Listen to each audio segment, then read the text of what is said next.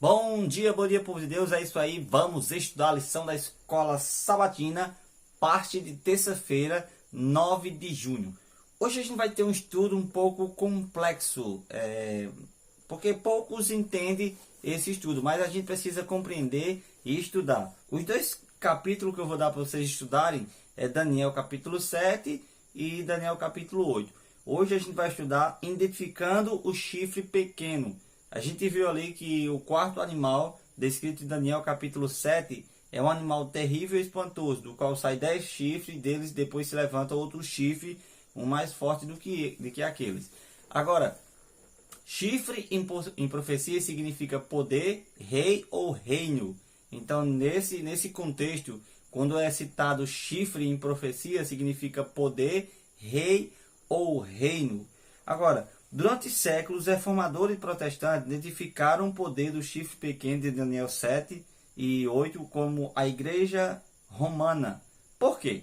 A gente vai analisar e identificar mais para frente algumas características desse chifre pequeno e o que aconteceu no Império Romano ali, o foi que eles fizeram que se encaixa dentro do contexto aqui do chifre pequeno. A gente vai analisar 7 características desse chifre pequeno e que vai se harmonizar ali com o que o Império Romano fez com o povo de Deus. O versículo para a gente analisar, eu já falei, Daniel 7 e 8, e as características a gente vai identificar agora. Existem 7 características comuns entre o chifre pequeno de Daniel 7 e de Daniel 8. Ambos são descritos, ambos são descritos como um chifre. Tanto Daniel 7 como Daniel 8, esse poder, esse rei ou reino, é descrito como um chifre. É simbolicamente ali usado um chifre como sendo um poder. O segundo, ambos são poderes perseguidores. Esse rei ou reino que surgiria ali, simbolicamente apresentado como um chifre, eles são poderes perseguidores. Terceiro, ambos são blasfemos e exaltam a si mesmo. Esses dois exaltam a si mesmo e são blasfemos, ou seja, blasfêmias contra as coisas de Deus. Ambos têm como alvo o povo de Deus.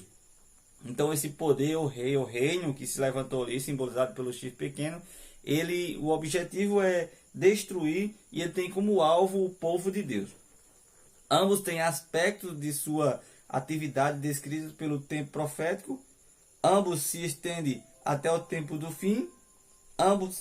O 7 agora, ambos devem ser destruídos de maneira sobrenatural. Daniel capítulo 7, verso 11, Daniel versículo 26 e Daniel capítulo 8, versículo 25. Então essas são as 7 características desse chifre pequeno, desse poder, rei ou reino que surgiria do Império Romano. Agora, mais à frente a gente vai analisar o seguinte, olha. A história identifica o primeiro reino como Babilônia. A gente já viu ali o primeiro reino como Babilônia, que é representada pelo leão, a Média e a Pérsia é representada pelo urso, a Grécia representada pelo leopardo e o quarto que é Roma, que é representado pelo animal terrível e espantoso. Por quê? A gente vai analisar mais para frente também, vamos contar aqui algumas características bem importantes. Olha, a história mostra de maneira incontestável que depois desses impérios mundiais vem Roma. Ou seja, se você for olhar na história, não precisa só confirmar na Bíblia, mas olha na história que o império da Babilônia, aí depois da Babilônia vem os medos e os persas, depois dos medos e os persas vem a Grécia, e depois da Grécia surge o Império Romano. Então essas são as 4 nações e o Império Romano se encaixa aqui agora nessa cena de Daniel capítulo 7. Agora, em Daniel capítulo 2, o ferro representa Roma, que era as pernas da estátua lá de Daniel capítulo 2. As pernas de ferro representado pelo Império Romano, porque era uma nação que usava muito ferro para fazer arma, escudos de guerra e outras coisas mais. Agora, continua nos pés, ferro misturado com barro, isto é, até o tempo do fim. A gente viu que as pernas são de ferro, representado pelo Império Romano, só que o mesmo material continua ainda nos pés da estátua, só que misturado com barro ali. Ou seja, um poder que ele exercia ali nas pernas, que era simbolicamente representado pelo ferro, ele ainda continuaria exercendo até o tempo do fim. Mais adiante a gente vai analisar o seguinte: o chifre pequeno de Daniel surge do quarto animal, mas permanece como parte desse quarto animal. ele surge, mas ele permanece ali como se fosse um dominante ali daquele quarto animal, daquele quarto reino. Agora, qual poder surgiu de Roma e exerceu influência político-religiosa por pelo menos 1260 anos?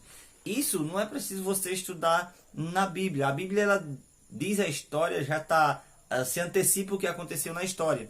Mas quando você for analisar na história, surgiu um poder do Império político-religioso de Roma, e esse poder, ele se chama o poder papal, ou seja, eles começaram ali exercendo ali o poder papal. 538 surgiu ali os papas, e eles eram como se fosse um imperador, um rei ali dominante dentro do Império Romano. A igreja tinha a voz maior sobre o império. Agora, analisando ainda, o papado que chegou ao poder entre as 10 tribos bárbaras da Europa e exterminou 3 delas. E isso é muito importante você estudar na história. Esse poder era diferente dos primeiros, Daniel capítulo 7, versículo 4, indicando sua singularidade em comparação com as outras tribos. O papado falava palavras contra o Altíssimo, Daniel capítulo 7, versículo 25, e engrandeceu-se até o príncipe do exército, Daniel capítulo 8, verso 11, usurpando a função de Jesus e se substituindo pela figura do Papa.